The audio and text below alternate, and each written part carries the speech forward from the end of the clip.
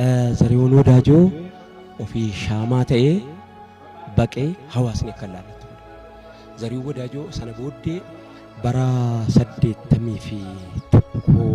gara 82 Raas Tiyaatirii dhaqeen isaa argadhe. Kophetti isaa Raas Tiyaatirii keessa afaan Oromootiin weellisa ture. Tokkitti isaatu jira isaan madirakii ittiin ibsachuudhaan madirakii ittiin bareeffachuudhaaf afaan Oromoo dhiyeessu turanii Oromoon sababa Zarihuun achi keessa dhaqee Zarihuun gaafa sana beenoo gurbaa walirraan dheessanu gurbaa seen jechuu sirba gaafa sana of si yaadachiisa sinimaa Raasii keessa taa'e akkas ture Zarihuun. Artistoonni irra caalaan artistoonni biyya keenya bara ergomanii du'e ilmaan isaanii biyya guddisaa bara maaliif jennaan ilmaan ofiitii yaadanii hin beekanu silaa waan akkasii kana namni ganamarraa ka'ee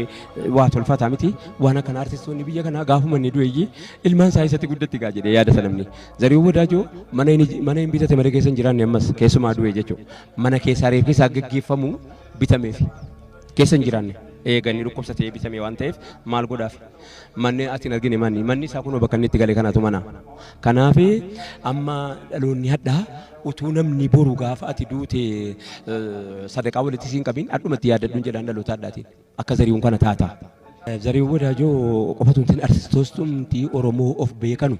artistoonni waan dhimmi rakkoon Oromoo isaan rakkise hundi dhimma tokkummaa irratti takkaan hin calleefne. Cubbuun habadu waan biraatiin habazzaraman waan biraatiin gara bal'atti fidhan agoran malee waa'ee gamtoomaa irratti hedduu namni waan gamtoomaan mormu nama lamatu gaaf tokko nama 60 saame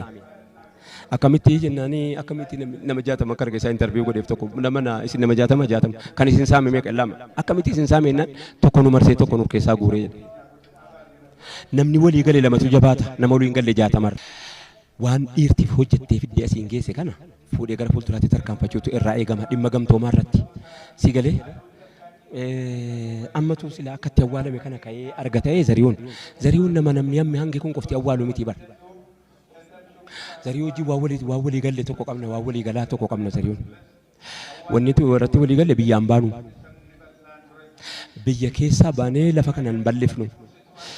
biyya keessaa baanee lafa kana bal'isuurra biyya keessa jiraannee mana hidhaa dhiphiifnaa yaada jedhu irratti walii galee ta'e qaba. Akkuma kanatti immoo asumatti jiraanis asuma duunas.